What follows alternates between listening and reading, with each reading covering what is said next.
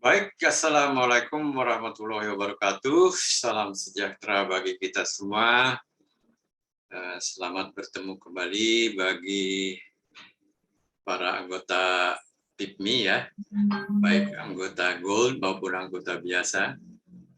Anggota biasa ini ada diperkenankan ikut, akan tetapi tentunya tidak memperoleh kesempatan memasukkan pertanyaan-pertanyaan dari sahamnya yang ingin dibahas dalam pertemuan ini ya.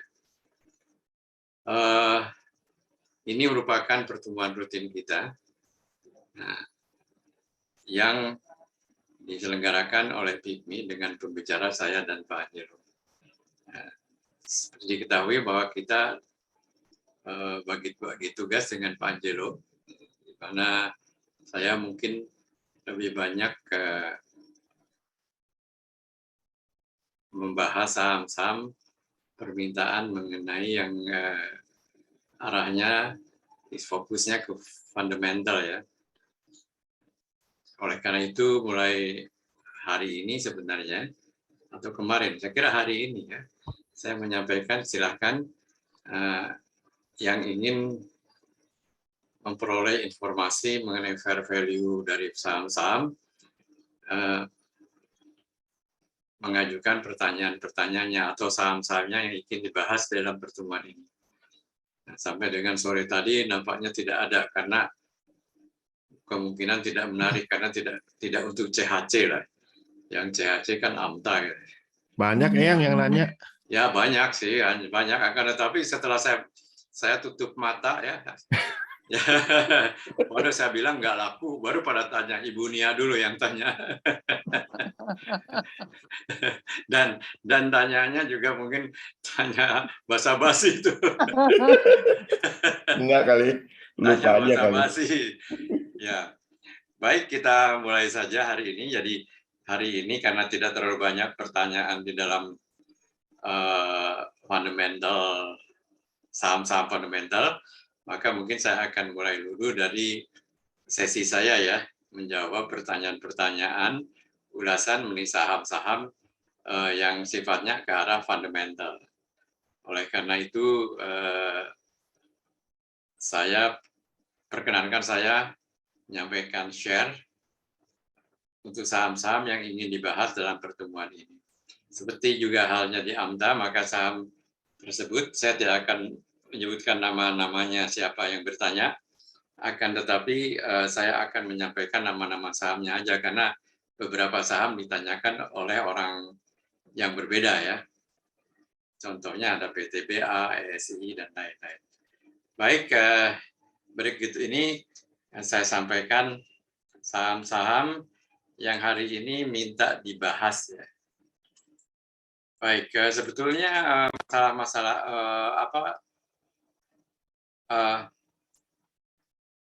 faktor-faktor yang menyangkut fundamental, ini kelihatan ya, ada di sini Excel file dari saya, kelihatan ya Pak Angelo?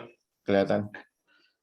Di sini saya baru menyampaikan current price dan fair value saja ya. Oleh karena itu, mengapa hanya dua bahasan ini yang saya sampaikan? Karena memang pertanyaannya terlalu mendadak sehingga saya tidak sempat mencari data-datanya yang lain-lain.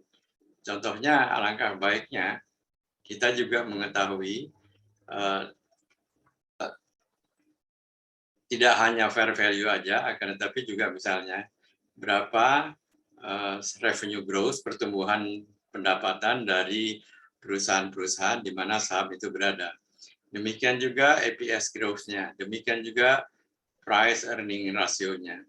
EPS growth dan price earning ratio misalnya ini bisa dipakai untuk keadaan sekarang ini di mana market agak sedang bullish ya, sehingga sangat sukar untuk mencari saham-saham yang fair value-nya rendah atau sangat sukar mencari saham-saham yang margin of safety-nya cukup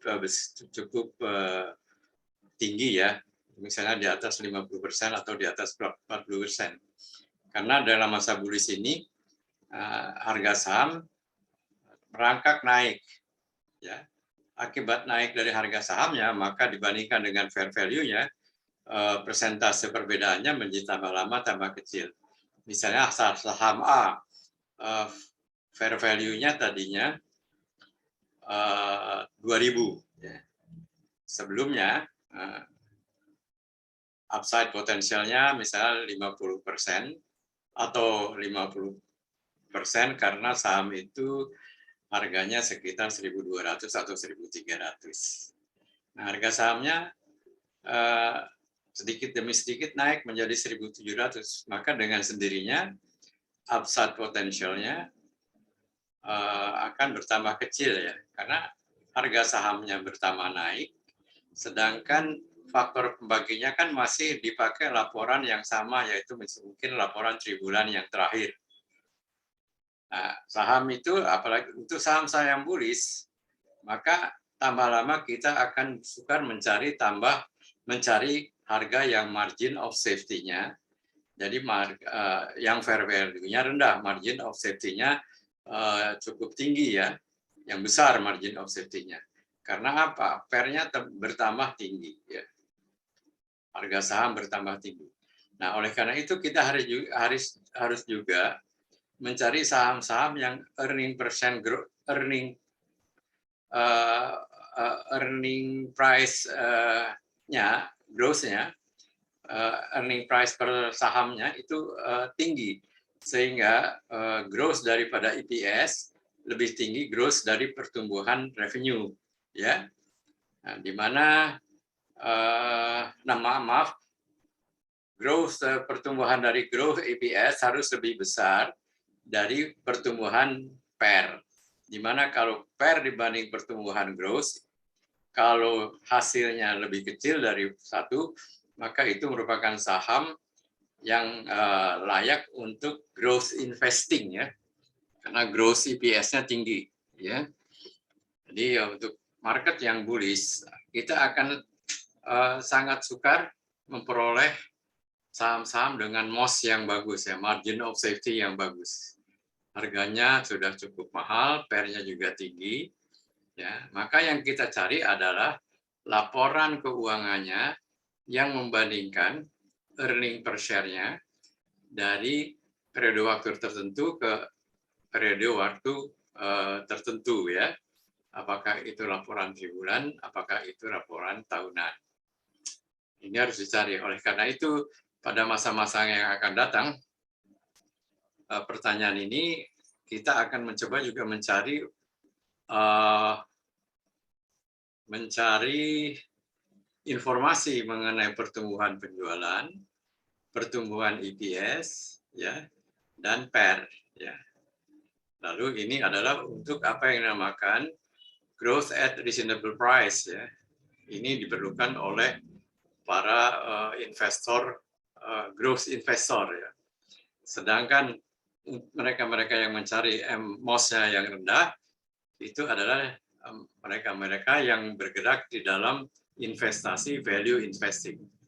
Baik, mari kita bahas sekarang saham yang ditanyakan oleh ibu-ibu dan bapak sekalian, terutama fair value-nya dibandingkan dengan harga pada hari ini, current price, ya. Apakah masih memberikan upside potensial yang baik atau tidak, ya, upside-nya bagaimana. Saya membuat Excel file yang saya copy paste, ya, bukan copy paste, saya hitung dari data-data yang saya peroleh dari laporan keuangan yang ada di Investing.com. Jadi saya bikin Excel files-nya, sehingga pada suatu waktu ada pertanyaan lagi dari ibu-ibu dan bapak-bapak, pertanyaan mingguannya saya bisa memperoleh langsung karena rumusnya sudah saya buat, ya. Misalnya di sini kita lihat rumus ini, rumus yang 55% ini adalah rumusnya yang ini nih. Ya, saya buat rumusnya. Jadi saya buat Excel file. Dari apa yang ibu-ibu dan bapak-bapak tanyakan, maka saya peroleh upside potensial dari masing-masing saham. Ada pertanyaan terakhir dari siapa itu tadi, mohon maaf saya belum masukkan karena pertanyaannya sangat mendadak sekali. Akan tetapi mungkin nanti kita bahas dengan langsung melihat investing.com investing.com datanya ya. Baik, ada pertanyaan mengenai ITMG. Nah ini saya kira bagi saya ya meskipun harganya mahal, akan tetapi ITMG menunjukkan bahwa dia masih layak untuk investasi. Ya. Di mana kita melihat di sini upside potensialnya sekitar 55%. Ya, 55%. Potensi upside. PTBA 49%. Ya. Pegas 41%. Di sini kita melihat ya. Di sini kita melihat mohon maaf seperti saya katakan Axios belum diperoleh datanya karena mungkin sahamnya baru ya. Di sini kita melihat sesuai dengan sektornya yang merupakan sektor unggulan, maka kita melihat juga di sini ITMG, PTBA dan Pegas sebagai sektor energi ya. Di dalam valuasinya juga memperlihatkan meskipun harganya sudah dari waktu ke waktu meningkat, tetap dia memberikan upside potential yang cukup baik ya. ITMG 55%, PTBA 49%, Pegas 49%. Selanjutnya kita melihat lagi ditanyakan juga ASI ya, Astra. Astra masih 30%, MTDL itu Metro Data atau apa saya lupa 37%, DRMA 35%, BBTN 29%, BJTM ini bukan BTJM ya, BJTM 26%, ya, Toto 26%, Antam yang beberapa hari ini cukup bagus pertumbuhannya ya, hampir 1 minggu hampir 10%, lumayan. Ini memberikan saya uang jajan untuk cucu saya ya, karena saya jual sebagian beberapa kali ya. Beli es krimnya seperti tadi lah, saya beli es krim untuk cucu saya gitu ya. ANTM masih meskipun sudah naik, dia naik 10%. Tadinya ini bagus, tapi harganya sudah naik 10%, maka upside potensialnya juga menjadi turun, instead of 30% lebih menjadi 24% ya. ASA masih 23%, Bevin masih 22%, Demas 18%, BBNI 16%. Karena PER-nya juga sudah cukup tinggi BBNI ya, kalau lihat PER-nya ya. Tadi ada PER di sini data. Saya lihat juga PER-nya masih sudah cukup tinggi, jadi sudah cukup mahal BBNI. Ya, SIDO 15%, SRTG 3%. Nah, ini kita melihat di sini yang sudah terlalu mahal sekali adalah Friend, Raja, MTK. Bukan berarti jelek, karena kan harganya mahal sekali ini. Ini silahkan saja, karena ini adalah lebih banyak istilahnya ditransaksikan oleh para big money ya, para bandar ya, untuk mencari keuntungan dari saham-saham, apakah itu Friend, Raja maupun EMTK. Jadi kalau kita melihat di sini, kalau di sini minus, artinya saham itu sudah dianggap terlalu mahal ya, untuk investasi. Tadi ada pertanyaan, mohon maaf saya akan lihat lagi pertanyaannya kalau tidak salah mengenai UNTR ya. Sebentar.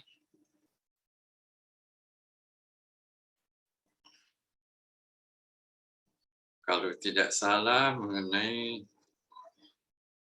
ada 2 pertanyaan saya lagi. Dari Ibu Madeline dan Ibu Dewi ya. Oke, dari Ibu Madeline menanyakan mengenai UNTR. Kita lihat. Rasanya sih UNTR karena sahamnya masih masuk energi, nampaknya masih cukup bagus nih, kita lihat ya. United Tractor masih 61%. Jadi silakan Bu Mendelin, ya di sini United Tractor 61%. Ya, upside potensinya. Dia fair value-nya 51.000, sedangkan harga dia sekarang ini 31.600. Fair value-nya 51.000. Selanjutnya untuk Ibu Dewi, SMDR ya. Nanti dari waktu-waktu kita akan lengkapi analisa ini dengan informasi-informasi seperti saya katakan tadi, revenue growth, EPS growth, lalu per growth ya, sehingga kita bisa melihat juga kalau waktu bullish itu saham-saham apa yang sedang pertumbuhannya baik sekali, sehingga meskipun waktunya bullish, harganya masih bisa diperhitungkan untuk dibeli. Di sini kita lihat tadi pertanyaan adalah SMDR. SMDR saya kira masih memberikan upside yang bagus lah, 33,2%. Kalau di AMDA ini oke lah, upside itu didapatkan trading range ya Pak Jelo ya. Trading range-nya masih 33,2%. Jadi masih memberikan peluang untuk naik ke 33,2%. Selanjutnya yang terakhir pertanyaannya mengenai telekomunikasi. Nah, Telkom ini saya lihat dari waktu ke waktu naik itu kemarin. Artinya apa? Artinya kemungkinan bahwa upside potensialnya bertambah lama bertambah kecil. Nah, tadinya lebih dari 40%, kita lihat karena harganya naik terus ya. Sekarang upside potensialnya tinggal 38,5%. Saya kembali ke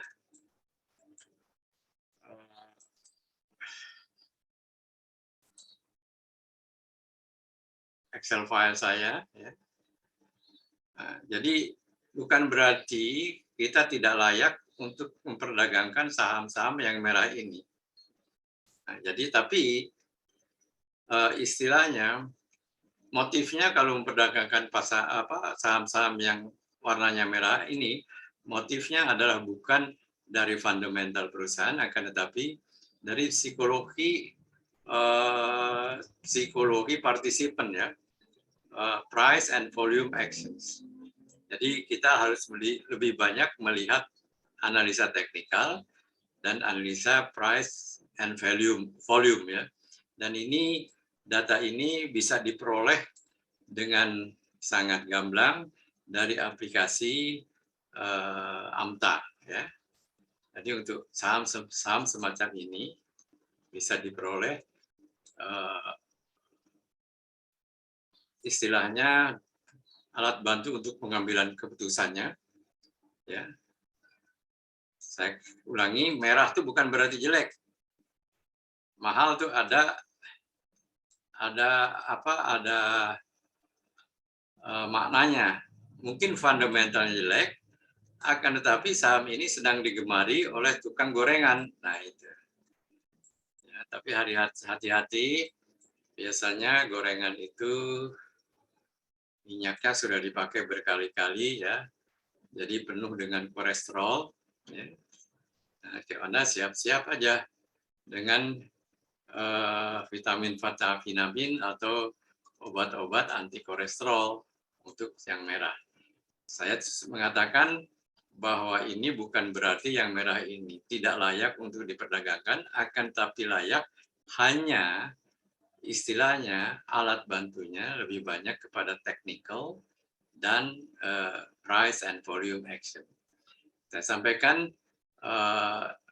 sekali lagi bahwa ini adalah hanya merupakan informasi dan bukan merupakan saran beli atau jual.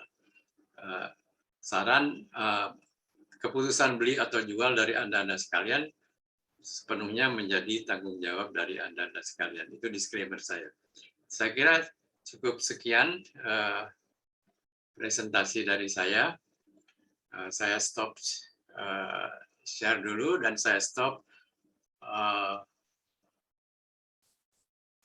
recording saya ya. Selanjutnya recording nanti untuk khusus Hamta akan direkam oleh Pak Angelo. Sekian, terima kasih. Waktu selanjutnya saya sampaikan kepada